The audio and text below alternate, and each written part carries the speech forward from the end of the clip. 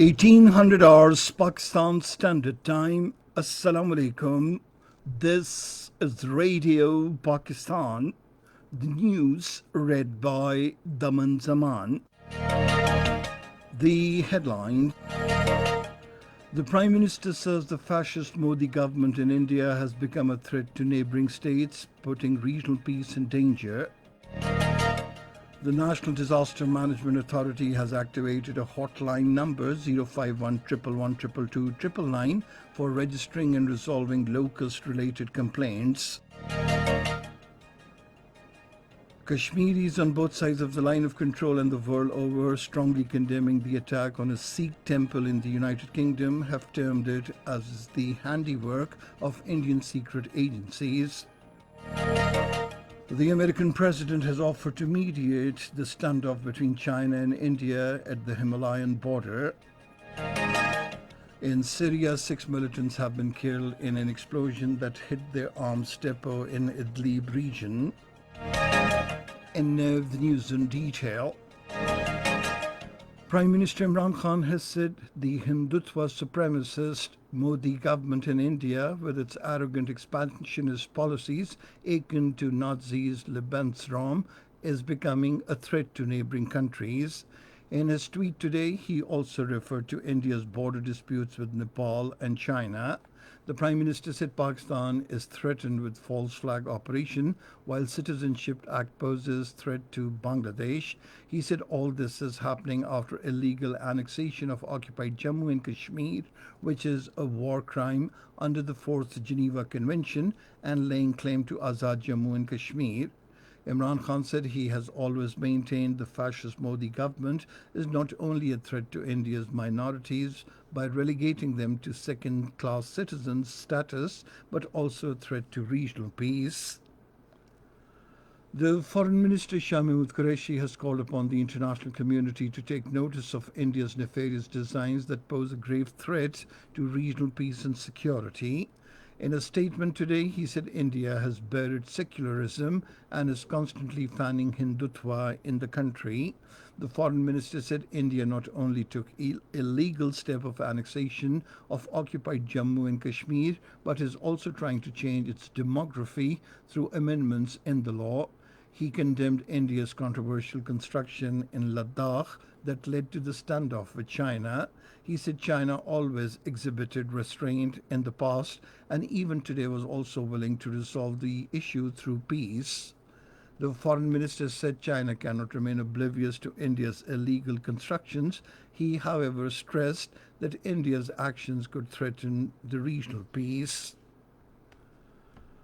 The Prime Minister's Special Assistant on Accountability, Shahzad Akbar, says a subsidy of 29 billion rupees was given to the sugar industry in the last 5 years, contrary to the subsidy of just 2.4 billion rupees by the Pakistan Tehreek-e-Insaf-led Punjab government.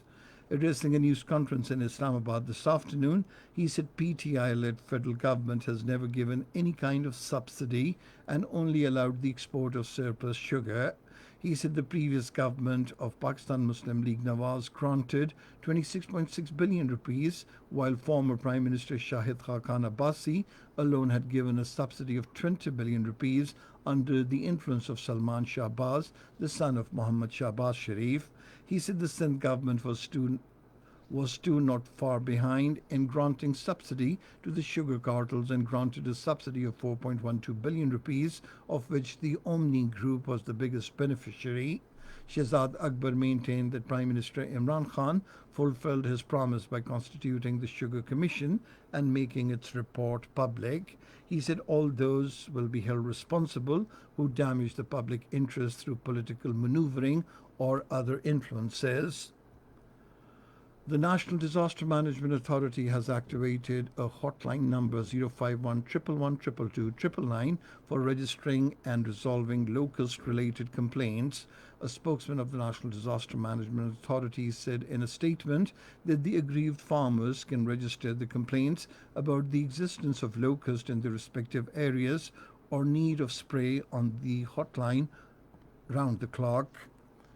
The number of coronavirus infection cases in the country has soared to 59,151, with 1,446 new cases reported during the last 24 hours.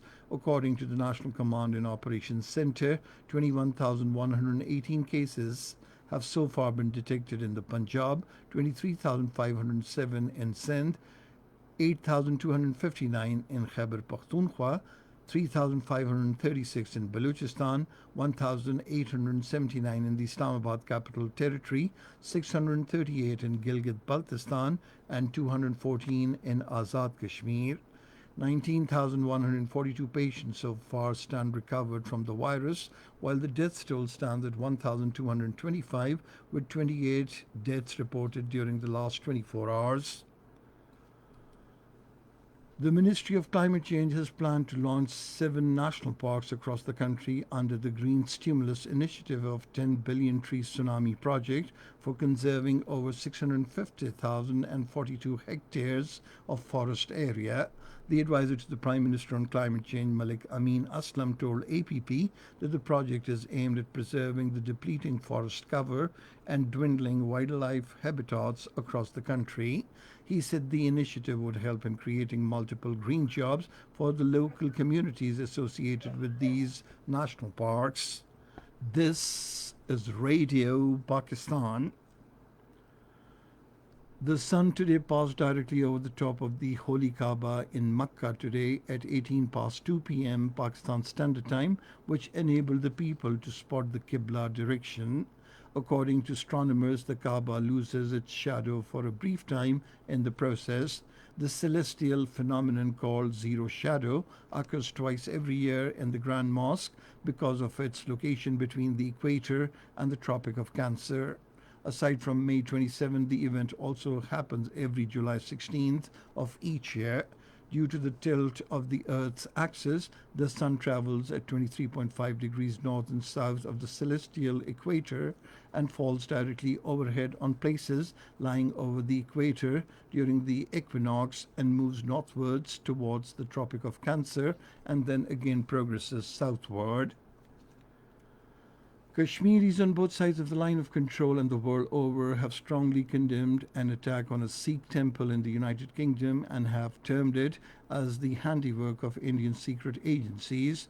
According to Kashmir Media Service, the Guru Arjan Dev Gurdwara in Derby was assaulted by some unidentified man.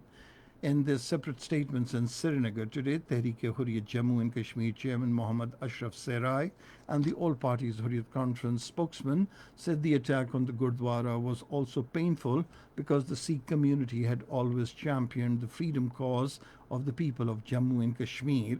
Meanwhile, in occupied Kashmir, the Indian troops continued their violent cordon search operations in different districts of the territory. The troops during the operation sealed all the entry and exit points and conducted door-to-door search operations. They also harassed and humiliated 3 journalists, Umar Rashid, Junaid and Javed Ahmad Shah, in Srinagar and Pulwama districts. The journalists were thrashed and abused despite showing valid press cards. The Organization of Islamic Cooperation's Independent Permanent Human Rights Commission has also welcomed the United Nations Secretary General Antonio Guterres' rejection of anti-Muslim bigotry during the situation of coronavirus pandemic. In a tweet, the Commission reiterated that instances of Islamophobia are violative of human rights law, undermine multiculturalism, and pose a threat to international peace and security. The American President Donald Trump has offered to mediate the standoff between China and India at the Himalayan border. In a tweet, he said the United States is ready, willing, and able to mediate or arbitrate their raging border dispute. The move came after a similar offer was rejected in 2019 by the Indian Prime Minister Narendra Modi, who said last July he never asked Donald Trump to help mediate over Kashmir. In Syria, 6 militants have been killed in an explosion that hit their armed depot in Idlib region. And finally, the weather. Hot and dry weather is expected in most parts of the country, while very hot conditions will prevail in central and southern parts during the next 12 hours. However, dust raising winds and isolated thunderstorm with light rain is expected in Kashmir, South Punjab, Upper Khyber Pakhtunkhwa, and northeast Balochistan during afternoon and evening hours. And that is the end of this news bulletin. For more news and analyses, log on to our website, radio.gov.pk, and you can also watch the live video streaming of our bulletins on the link, facebook.com/Radio Pakistan News Official.